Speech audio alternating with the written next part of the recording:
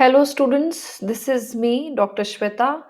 और आज इस वीडियो में हम बात करेंगे एक ऐसे फिलोसोफर के बारे में जो लिटरेचर की दुनिया में अपने आप में ही एक बहुत बड़ा नाम है। और उस फिलोसोफर का नाम है प्लेटो। जी हाँ। लेकिन इंटरेस्टिंग बात ये है कि प्लेटो का पोएट्री और आर्ट के लिए कोई ज़्यादा पॉजिटिव या अच्छा व्यू नहीं था। वो पॉजिटिवली नहीं सोचता था आर्ट के बारे में, उसे बहुत अच्छी चीज़ नहीं मानता था। हाँ, बिल्कुल सही सुना आपने। जहाँ एक तरफ तो हम लोग पोएट्री को एक बहुत ही सुंदर, दिल से छू जाने वाली और एक बहुत ही एलिवेटेड आर्ट फॉर्म समझते हैं, राइट? कि पोएट्री से ज़्यादा बढ़ के इमोशनली एलिवेटिंग, थॉट अपलिफ्टिंग तो कोई चीज़ है ही नहीं।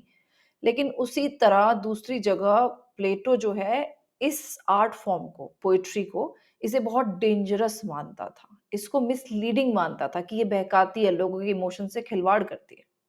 तो आज हम डिटेल में समझेंगे कि ऐसा क्यों था? क्यों प्लेटो पोएट्री को एक इंफीरियर आर्ट फॉर्म मानता था? और किस चीज़ को वो सुपीरियर मानता था? ये भी हमें साथ-साथ इस वीडियो के थ्रू पता चलेगा।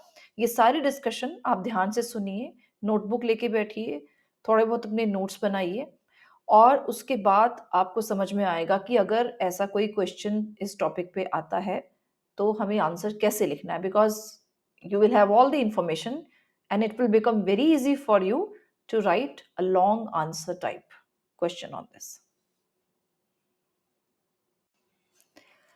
प्लेटो का जो क्रिटिसिज्म है, उसका जो मेन डिस्कशन है, वो प्लेटो के 2 फेमस वर्क्स में मिलता है और प्लेटो के वर्क्स को हम डायलॉग्स बोलते हैं। और ये जो 2 डायलॉग्स हैं, वो कौन से हैं? The Republic and the ion. तो रिपब्लिक और इयॉन जो है मेजरली इन्हीं 2 डायलॉग्स में या इन्हीं 2 वर्क्स में प्लेटो ने अपनी मेजर जो थ्योरी है, उसका डिस्कशन किया है और यहीं से यूजुअली क्वेश्चन्स आ जाते हैं।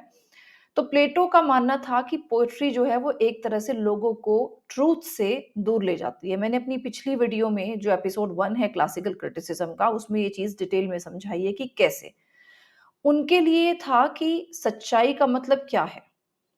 अल्टीमेट ट्रुथ जो सिर्फ़ रीज़न और फिलॉसफी के थ्रू समझी जा सकती है, ना कि इमेजिनेशन से। तो मैंने आपको पिछली स्लाइड में ये बताया कि इन्फीरियर मानता था प्लेटो आर्ट को, पोएट्री को, तो वो सुपीरियर किसको मान रहा है? नेचुरली वो फिलॉसफी को, रीज़न को सुपीरियर आर्ट फॉर्म मानता है। उसका मानना है कि अगर हम रीज़न से किसी चीज़ को आर्ग्यू करके और एक कंक्लूज़न पे पहुँचते हैं, तो वो नॉलेजेबल चीज़ है, ना कि आर्ट, ना कि पोएट्री। और इमेजिनेशन तो बिल्कुल ही हमको सच्चाई से 2 कदम और दूर ले जाती है। फॉर एग्ज़ाम्पल आप सोचिए कि आज के टाइम में अगर कोई बोले कि बॉलीवुड मूवीज़ या टीवी सीरीज़, ये सीरियल्स जो हैं, ये सिर्फ़ हमें इमोशनल बनाते हैं और सच्चाई से डिस्ट्रैक्ट करते हैं। तो बिल्कुल वैसे ही प्लेटो के व्यू थे पोएट्री के लिए। उसके हिसाब से कोई भी चीज़ जब इमिटेशन में आ जाती है और वो आर्ट की फ़ॉर्म के थ्रू हम उसको देखते हैं, किसी चीज़ को जो इस दुनिया में एग्ज़िस्ट करती है और उसको हम आर्ट के फ़ॉर्म में देखते हैं, जैसे किसी पेंटिंग के थ्रू, किसी प्ले के थ्रू, किसी पोएट्री के थ्रू, तो वो ऑलरेडी किसी कॉपी की कॉपी है, तो वो कैसे हमें सच्चाई में के बारे में कुछ बता सकती है? वो तो ऑलरेडी हमको सच्चाई से 2 कदम दूर ले गई है। यही चीज़ मैंने एपिसोड 1 में आपको बताई है। तो जिन बच्चों ने नहीं देखा है, वो प्लीज़ मैं उन स्टूडेंट्स को सजेस्ट करूँगी कि एक बार एपिसोड 1 देखिए, फिर ये एपिसोड 2 देखिए। एक कंटिन्यूटी बनेगी और उससे आपको चीज़ों को समझने में आसानी होगी। तो अब हमारे लिए क्या ज़रूरी है कि हम प्लेटो की एक फ़ेमस थ्योरी को समझें। उसकी थ्योरी कौन-सी है वो? Theory of forms. मैंने इस थ्योरी के बारे में डिटेल में अपने प्रीवियस लेक्चर में क्लासिकल क्रिटिसिज़्म एपिसोड 1 जिसका मैं रेफ़रेंस दे रही हूँ, उसमें बताया था। अगर आपने नहीं देखा है तो उस वीडियो को ज़रूर देखिए, उसमें मैंने थ्योरी ऑफ इमिटेशन का फुल ब्रेकडाउन किया है कि क्या थी इमिटेशन, क्या प्लेटो उसके बारे में सोचता था और उसके क्या व्यूज़ थे। तो शॉर्ट में बस इतना समझा देती हूँ आपको भी इतना समझ समझ लो आप इस वीडियो से कि प्लेटो के अकॉर्डिंग जो चीज़ें हम अपनी आँखों से देखते हैं, एवरीडे लाइफ में, एवरीडे वर्ल्ड में, वो परफेक्ट रियलिटी का सिर्फ़ एक इम्परफेक्ट कॉपी होती हैं। जैसे एक असली गुलाब का जो आइडिया है, वो एक परफेक्ट फॉर्म है। और दुनिया के जितने भी सारे गुलाब हैं, उसकी इम्परफेक्ट कॉपीज़ हैं। जो असली आइडिया एक परफेक्ट गुलाब का होना चाहिए, तो वर्ल्ड में जितने भी गुलाब एक्सिस्ट करते हैं, all the flowers, rose flowers are imperfect copies of that perfect imaginative rose का फूल, ठीक है?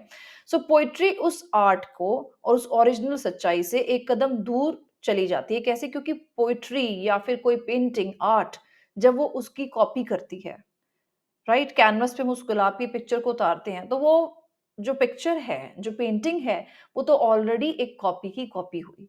सो प्लेटो के हिसाब से वर्ल्ड में जो भी कुछ एग्ज़िस्ट करता है, वो भी डुप्लीकेसी है और जब हम आर्ट में उसको ले आते हैं, तो डबल डुप्लीकेसी हो जाती है, यानी कि हम रियलिटी से तो और दूर जा रहे हैं आर्ट से, आर्ट की वजह से। इसीलिए वो आर्ट को इन्फीरियर मानता था और यही उसकी थ्योरी ऑफ फॉर्म्स है। तो अब हम 3 रीज़न्स की बात करेंगे, जो 3 रीज़न्स प्लेटो ने दिए हैं हमें ये आर्ग्यू करते हुए कि क्यों वो पोएट्री को एक इन्फीरियर आर्ट फॉर्म मानता है। तो पहला उसका रीज़न ये है कि वो एक कॉपी की कॉपी है। पोएट्री या आर्ट जो है, वो एक इमिटेशन है of an imitation. For example एक कारपेंटर एक बेड बनाता है, तो वो bed original form of bed का जो इम्परफेक्ट कॉपी वो है। सो अब एक पेंटर उस बेड की पेंटिंग बनाता है, मतलब वो कॉपी ऑफ अ कॉपी बन गया। तो पोएट्री भी ऐसा ही करती है। अगर एक पोएट एक बहादुर हीरो की कहानी वो लिख देता है, तो वो बस एक फ़िज़िकल दुनिया के हीरो को इमिटेट कर रहा है। असली फ़ॉर्म ऑफ करेज वो तो वो है नहीं। सो प्लेटो के लिए ये डेंजरस है क्योंकि हमें सच्चाई से और दूर चले जाते हैं इस आर्ट से इन्फ्लुएंस होके, इससे इंस्पायर होके।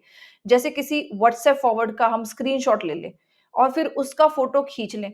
तो ऐसी असली जो बात है उसमें कहीं पीछे छूट जाती है। जो रियल जो इमेज थी या जो रियल फ़ोटोग्राफ थी, वो तो कहीं पीछे छूट गई।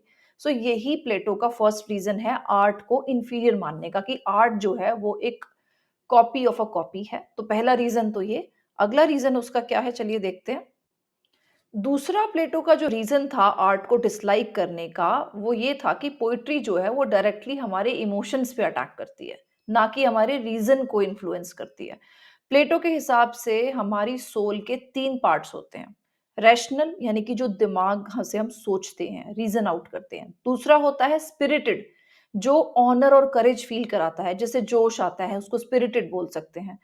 और तीसरा जो है वो है एपेटिटिव। एपेटिटिव यानी कि एपेटाइट्स हमारे जो डिज़ायर्स हैं, वो उनको फ़ॉलो करता है। जो हमारी इच्छा है कि ऐसा हो जाए, जो हम विश करते हैं। तो तीसरा जो हमारा जो पार्ट है सोल का वो एपेटिटिव है। लेकिन पोएट्री जो है अब क्या कहता है प्लेटो कि रैशनल पार्ट को लीडर होना चाहिए, यानी कि मेन जो रोल होना चाहिए वो रैशनल पार्ट का होना चाहिए।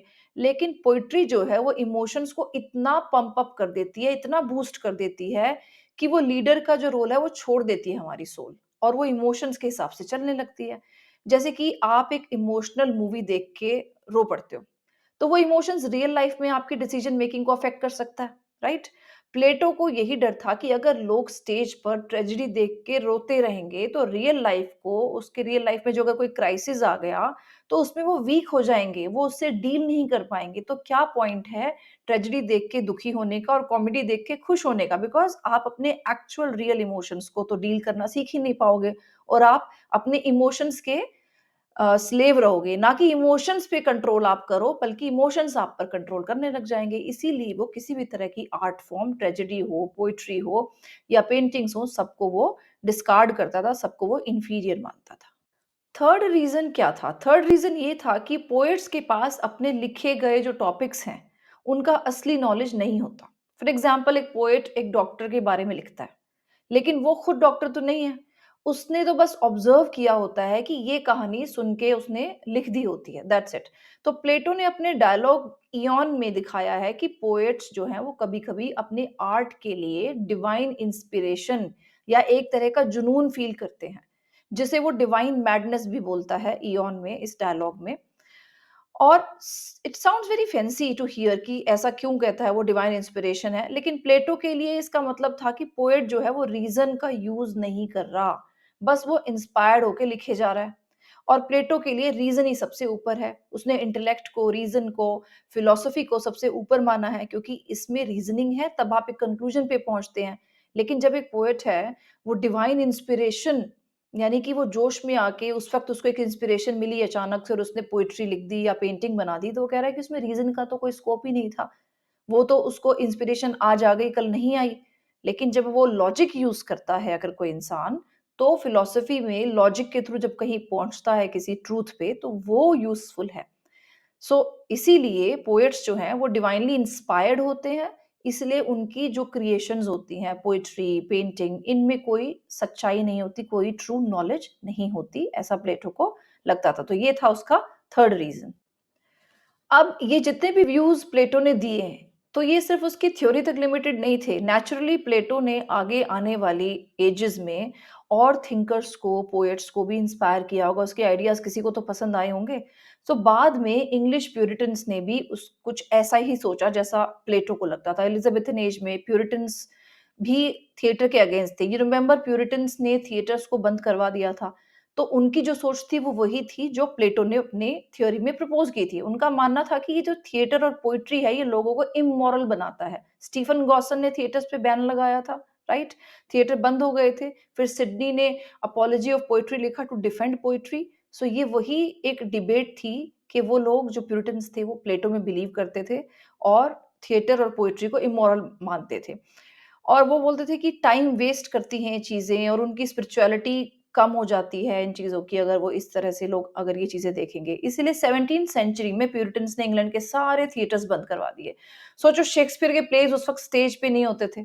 तो ये एग्ज़ैक्टली प्लेटो की जो सोच थी, उसकी जो आइडियोलॉजी थी, उसका रिफ्लेक्शन था ये, कि आर्ट जो है वो डिस्ट्रैक्ट करता है और मोरल स्ट्रेंथ को भी कम करता है। इंडिविजुअल जो है मॉरली वीक हो जाता है क्योंकि वो इमोशंस का स्लेव हो जाता है। सो दैट्स व्हाई आगे के जो इन्फ्लुएंसेस थे वो प्यूरिटनिज़्म में प्लेटो के जो इन्फ्लुएंसेस हैं वो क्लियरली थिएटर के टाइम पर 17th सेंचुरी इंग्लैंड में देखे गए हैं बिकॉज़ थिएटर्स तब बंद कर दिए गए थे इसी आइडियोलॉजी के बेसिस पर। तो अब एक बार जो भी कुछ हमने समझा है इसे एक बार रीइटरेट कर लेते हैं सो दैट हमें पता चल जाए कि आज के लेक्चर में ये मेन 3 बातें या ये कुछ बातें मैंने डिस्कस की हैं। तो प्लेटो ने पहले तो पोएट्री को 3 मेजर रीज़न्स से कंडेम किया है कि ये कौन से 3 रीज़न्स हैं जो मैंने आपको बताए कि क्यों पोएट्री एक इंफीरियर आर्ट फॉर्म है। ये सच्चाई से दूर ले जाती है, एक कॉपी की कॉपी है। सेकेंडली ये इमोशंस को डोमिनेट कर देती है और रीज़न को कमज़ोर बना देती है, तो इंसान इमोशंस का स्लेव हो जाता है और रीज़न आउट नहीं करता चीज़ों को।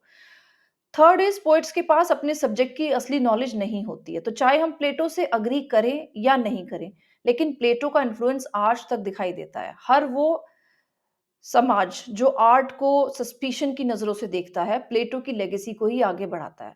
अगर आपको ये डिस्कशन अच्छा लगा हो, पसंद आया हो, तो वीडियो को लाइक करें और अपने फ्रेंड्स के साथ शेयर करें और नेक्स्ट लेक्चर के लिए चैनल को आप सब्सक्राइब ज़रूर करें। नेक्स्ट वीडियो में मैं बात करूँगी एरिस्टोटल की और उसकी फिलॉसफी ऑन ट्रेजेडी की। तो सब्सक्राइब करिए और शेयर कीजिए अपने फ्रेंड्स के साथ जो भी मास्टर्स कर रहे हैं या जो भी यूजीसी नेट एग्ज़ाम देने वाले हैं। तो मिलते हैं अगली वीडियो में, तब तक के लिए पढ़िए, पढ़ाइए और मुझे अपने डाउट्स और क्वेश्चंस शेयर करिए कमेंट बॉक्स में।